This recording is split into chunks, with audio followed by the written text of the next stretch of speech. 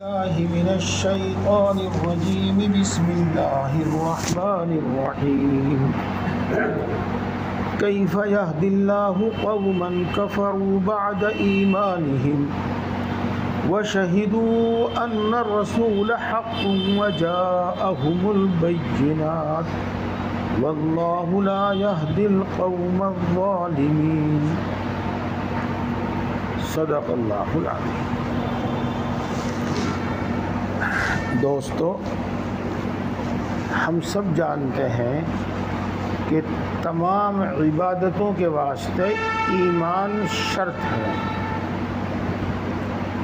ایمان کے بغیر کوئی بھی عبادت اللہ کے ہاں قبول نہیں ہوتی۔ اور دوستو یہ بھی یاد رکھیے کہ ایمان صرف لا الہ الا اللہ پڑھنے کا نام نہیں ہے،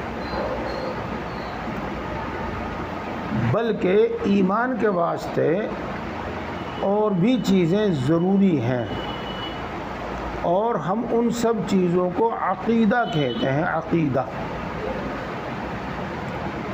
تو ایک عقیدہ یہ بھی ہے کہ آدمی صرف اسلام کو حق سمجھے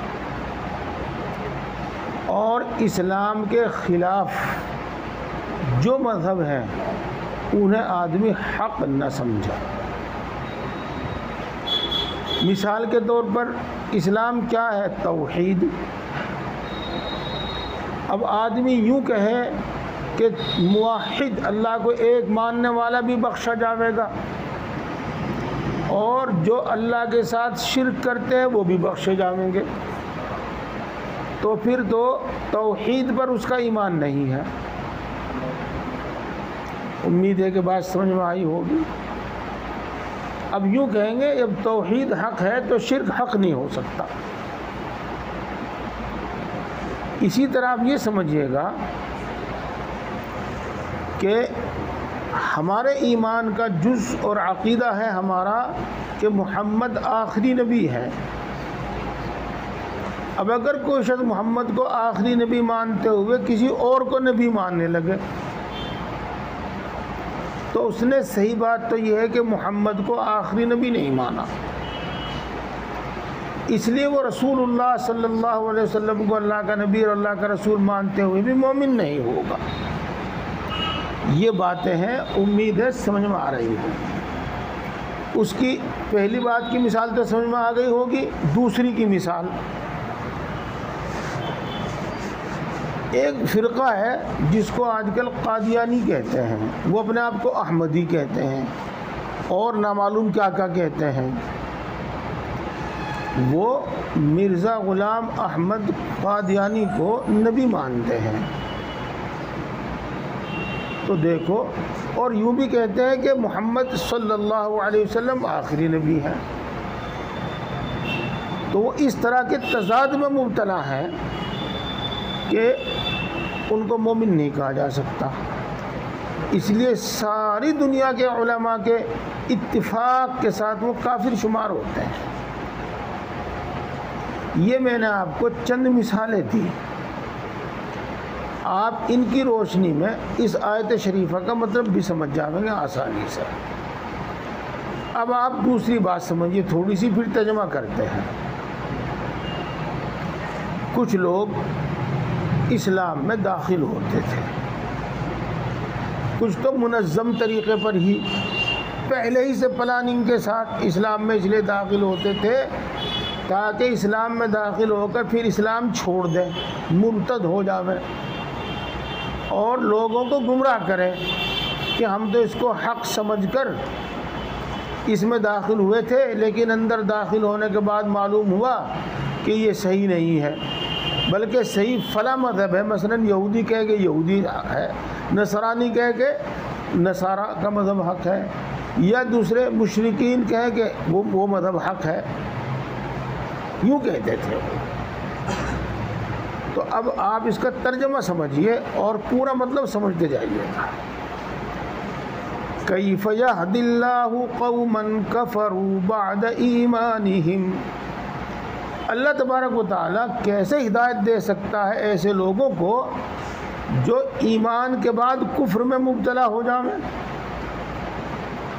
وَشَهِدُوا أَنَّ الرَّسُولَ حَقٌّ، اور جنہوں نے اس کی گواہی دی تھی کہ رسول یعنی محمد صلی اللہ علیہ وسلم سچے رسول ہیں. وَجَاءَهُمُ الْبَيِّنَاتُ، اور ان کے پاس رسول اللہ صلی اللہ علیہ وسلم کے حق اور سچ ہونے کے دلائل بھی سامنے آ گئے تھے، یعنی معجزات.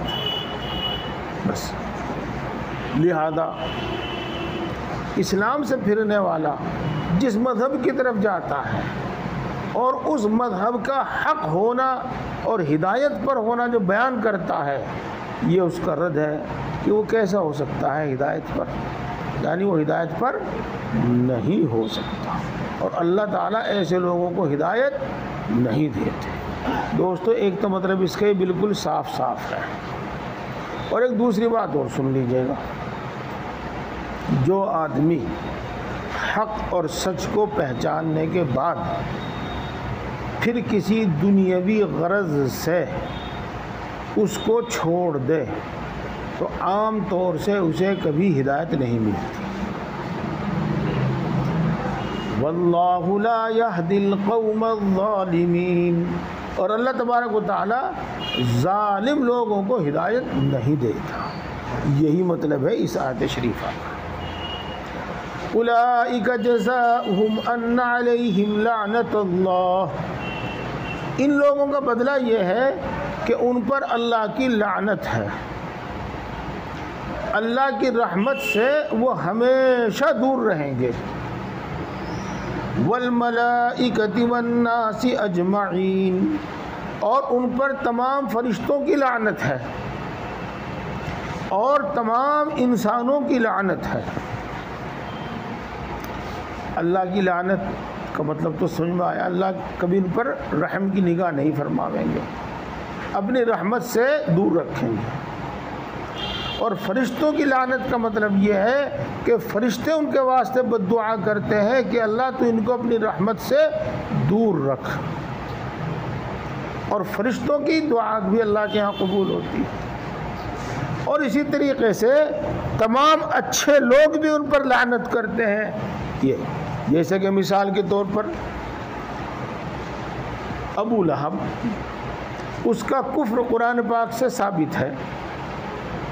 یہ اب سب اس کو برے الفاظ سے یاد کرتے ہیں، بد دعا ہی دیتے ہیں، اس کو دعا نہیں دیتا کوئی.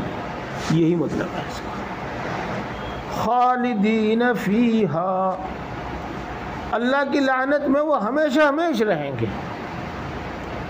اللہ کی لعنت کا اثر یہ ہوگا کہ وہ ہدایت سے محروم رہیں گے، ایمان سے محروم رہیں گے، اور ہدایت سے ایمان سے محروم رہنے کا اثر یہ ہوگا کہ وہ ہمیشہ جہنم میں رہیں گے.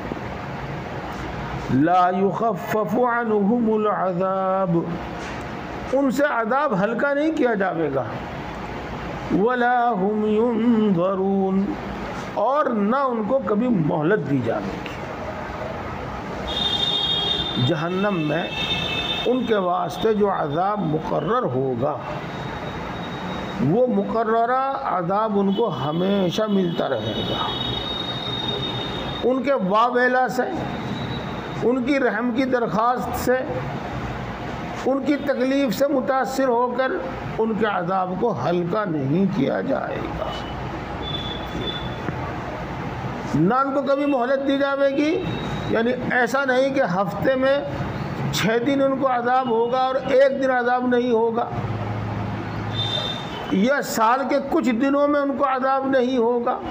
نہیں، کسی ایک دن بھی ان کو مہلت نہیں دی جائے گی، کسی ایک گھنٹے بھی ان کو مہلت نہیں دی جائے گی. دوست ہم خوب سمجھ رہے ہیں بات کو، لیکن میں آپ کو بس اتنا عرض کرنا چاہتا ہوں کہ اس دنیا کی نعمتوں، دولتوں، عہدوں کے لالچ میں آدمی ایمان برباد نہ کرے. اگر خدا نہ خواستہ ایمان سے محروم ہو گیا تو پھر یہاں کی راحت، یہاں کی دولت، یہاں کی بادشاہت کسی کام کی نہیں. ہمیشہ کے عذاب میں مبتلا رہے. یہ بات ہوگی. اب آگے چلیے اور ایک اصول سمجھ لیجیے گا آپ پہلے. اللہ تبارک و تعالیٰ کی صفات میں سے ایک صفت ہے تواب. اس کے معنی توبہ قبول کرنے والا. اور اسی طرح کی بہت ساری صفات ہیں. غفار بہت بخشنے والا، عفو معاف کرنے والا. یہ اللہ تبارک و تعالیٰ کی صفات ہے. اور موت سے پہلے پہلے، موت سے پہلے پہلے کا مطلب یہ ہے کہ جب موت کے فرشتے نظر آ جائیں، جب آخرت کے احوال نظر آنے لگے موت کے وقت، اس سے پہلے پہلے آدمی ایمان لے آوے اور توبہ کر لے تو اللہ تبارک و تعالیٰ کو قبول ہے. اگر اس کی عمر مثلاً 1000 سال کی ہوئی اور ہزاروں سال تک وہ بت پرستی میں اور شرک میں مبتلا رہا، لیکن اس نے جس کو کہتے ہیں غرغرے کی حالت کہتے ہیں، اس سے پہلے توبہ کر لی اور ایمان لے آیا تو قبول کر لے گا اللہ تعالیٰ. کسی بھی وقت وہ ایمان لے آئے گا تو اللہ قبول کر لے گا. یہ اسلام کا اصول ہے. یہی کہ اللہ کا یہ اصول ہے. اب آگے چلیے. اب رہ گئی کہ مومن کی توبہ کس وقت تک قبول ہوتی ہے. مومن کی توبہ کس وقت تک قبول ہوتی ہے. بہت سے علماء حضرات تو یہ فرماتے ہیں کہ مومن کی توبہ بھی اسی وقت تک قبول ہوتی ہے، یعنی غرغرے سے پہلے پہلے، آخرت کے احوال منکشف ہونے سے پہلے پہلے. اور زیادہ صحیح بات یہی ہے. اور بعض علماء یہ بھی کہتے ہیں کہ سانس نکلنے سے پہلے پہلے. مثلا اگر اس نے فرشتے دیکھ لیے اور آخرت کے احوال اس پر کچھ منکشف ہو گئے اور اس وقت اس کا ہوش و حواس کچھ باقی تھا اور اس نے اس وقت اپنے گناہوں سے سچے دل سے توبہ کر لی، اور اس وقت تو جو کرے گا سچے دل سے کرے گا، یہ تو بعض علماء کے نزدیک اس کی توبہ بھی قبول ہو جاتی ہے. بہرحال اللہ تبارک و تعالیٰ تواب ہے، ہر وقت توبہ قبول کرنے کے واسطے تیار ہے. اس لیے اکثر و بیشتر جہاں بھی کوئی سزا ذکر کی جاتی ہے اس کے بعد آخر میں اللہ تعالیٰ یہ فرماتے ہیں کیا؟ إِلَّا الَّذِينَ تَابُوا مِن بَعْدِ ذَلِكَ، مگر وہ جنہوں نے توبہ کر لی اس کے بعد، یعنی مرتد ہو گئے اور پھر سچی توبہ کر کے اسلام میں داخل ہو گئے، وَأَصْلَحُوا، اور انہوں نے اپنے اعمال اور اپنے احوال درست کر لیے، یعنی سچے مومن ہو گئے اور سچے دل سے اسلامی اعمال قبول کر کے اسلامی اعمال ادا کرنے لگے. فَإِنَّ اللَّهَ غَفُورٌ رَحِيمٌ، تو بے شک اللہ تبارک و تعالیٰ بہت بخشنے والا ہے اور بہت رحم فرمانے والا ہے، ان کی توبہ قبول کر لے گا.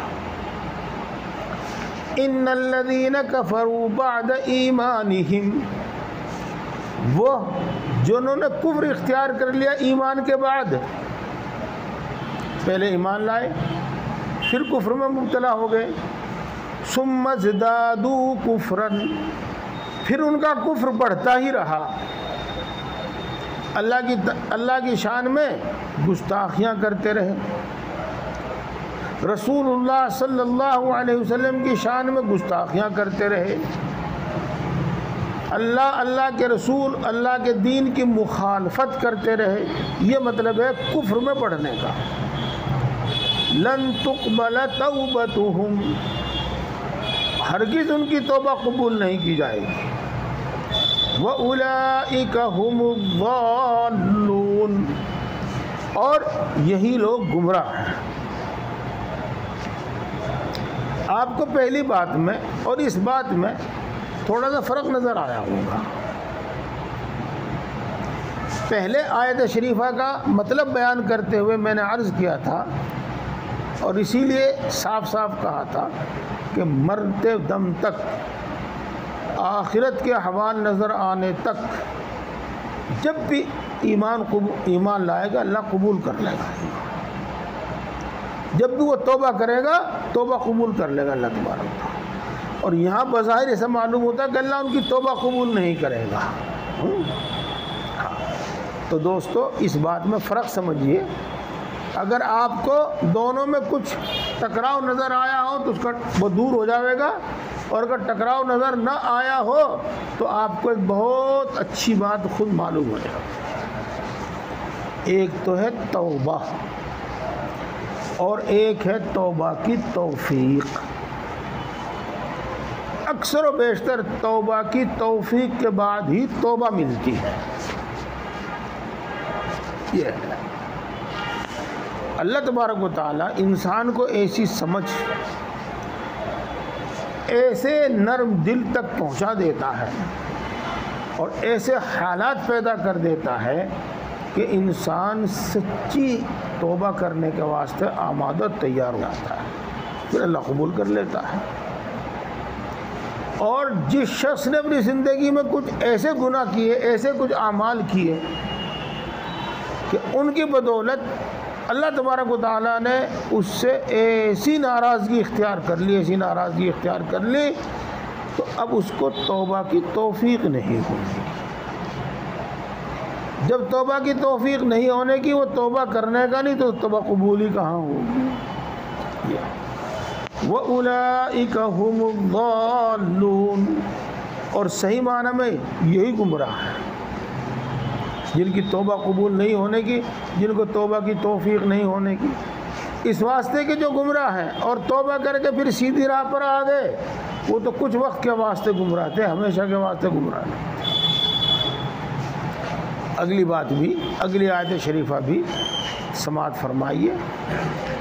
ان الذین کفروا، جنہوں نے کفر اختیار کیا، وماتوا وهم کفار، اور ان کی موت اس حالت میں آئی کہ وہ کافر تھے، کافر ہونے کی حالت میں ان کی موت آئی.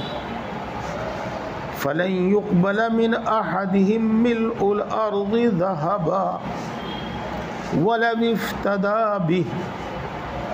تو ہرگز قبول نہیں کیا جائے گا اگر وہ جرمانے کے طور پر زمین سے آسمان تک پورا خلا سونے سے بھر کر دینے لگے، تو قبول نہیں کیا جائے.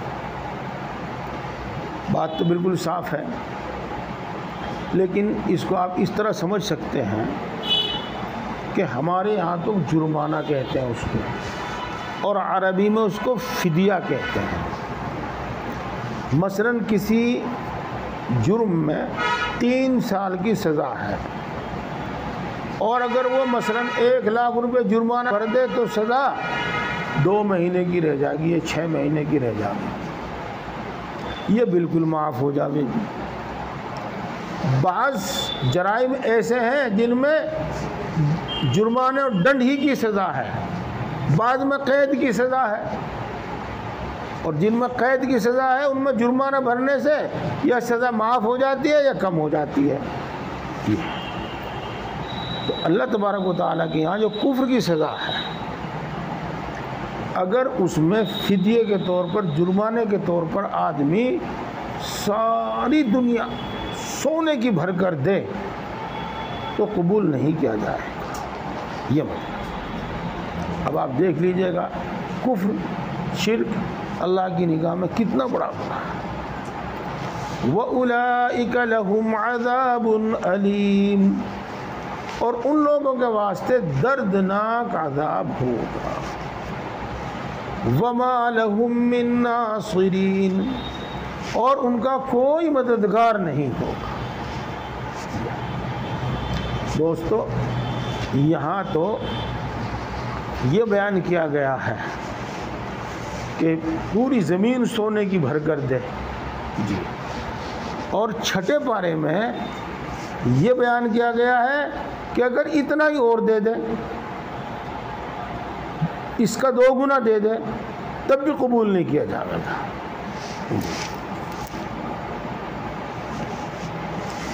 ان الذين كفروا لو ان لهم ما في الارض جميعا ومثله معه ليفتدوا به من عذاب يوم القيامة ما تقبل منهم ولهم عذاب أليم۔ اللہ تبارک و تعالی ہم سب کو ایمان کامل عطا فرماوے اور اعمال کی پابندی نصیب فرماوے، تقوی نصیب فرماوے۔ دوستو، ایمان بڑی دولت ہے، اس کی حفاظت رکھو۔ میں زیادہ کھل کر تو نہیں بول سکتا، یہ بھی بات بتاؤں گا آپ کو، کیونکہ اس سے بعض لوگوں کو غلط فہمی پیدا ہو جاتی ہے۔ ہم میں زیادہ تر لوگ صرف اپنی عقل سے کام لیتے ہیں، کیونکہ علم ان کے پاس نہیں۔ کچھ مذاہب والے خیر خیرات بہت کرتے ہیں، غریبوں کو، محتاجوں کو، ضرورت مندوں کو خوب دیتے ہیں۔ کچھ مذہب والے اپنے مذہب والوں کی بڑی مدد کرتے ہیں، کاروبار ان کو کراتے ہیں وغیرہ وغیرہ۔ تو ہم صرف اس وجہ سے کہ وہ ضرورت مندوں کی بڑی مدد کرتے ہیں، اس وجہ سے کہ وہ لوگوں کو پیروں پر کھڑا کر دیتے ہیں، ان کے مذہب کی تعریف کرنے لگتے ہیں اور ان کو اور ان کے مذہب کو اچھا سمجھنے لگتے ہیں۔ تو میرے بھائیوں دیکھو، یہ ایک خوبی ہے، یہ ایک قابل تعریف بات ہے، لیکن یہ خوبی ایسی نہیں کہ اس کی وجہ سے ان کا مذہب حق ہو جائے۔ امید ہے کہ میری بات سمجھ میں آئی ہو۔ اسی طریقے سے اکثر و بیشتر کچھ مذہب والے ساری دنیا کو چھوڑ چھاڑ کے اور ہر وقت تپسیا میں رہتے ہیں، تو بہت سے لوگ ان کی اس ترک دنیا کو چھوڑ کر عبادت میں لگنے کو بڑی اہمیت دیتے ہیں اور اس کو پسند کرنے لگتے ہیں، اس کے مذہب کو پسند کرنے لگتے ہیں۔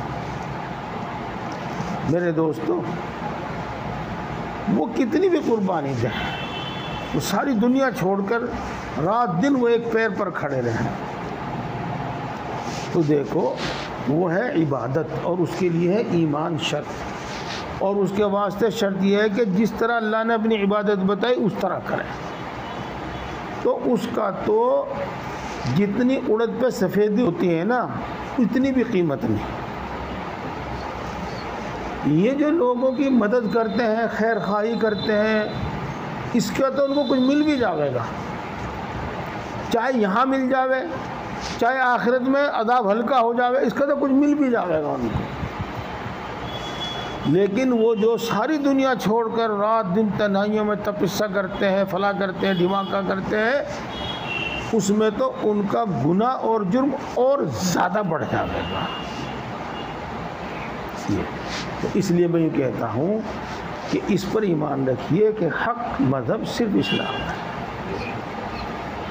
اگر دوسرے مذہب میں کوئی خوبی ہے بھی، مان لو میں کہتا ہوں، تو اول تو ہمارے اسلام سے زیادہ نہیں ہے، ہمارے عمل کرنے والوں کی کوتاہی ہو سکتی ہے، لیکن اگر ہے بھی تو وہ ایک جزوی خوبی ہے۔ اس خوبی کی وجہ سے اسلام، وہ خوبی اسلام سے، ایمان سے بڑھ کر نہیں ہو سکتی۔ اور جو لوگ بہت زیادہ عبادت وغیرہ کرتے ہیں، یہ ہے، تو چونکہ ایمان کے بغیر وہ ایسا کرتے ہیں، تو وہ تو جتنی زیادہ عبادت کریں گے اتنے بڑے مجرم ٹھہریں گے۔ اللہ تعالی ہم سب کو صحیح سمجھ اور عمل کی توفیق عطا فرمائے۔ الحمدللہ۔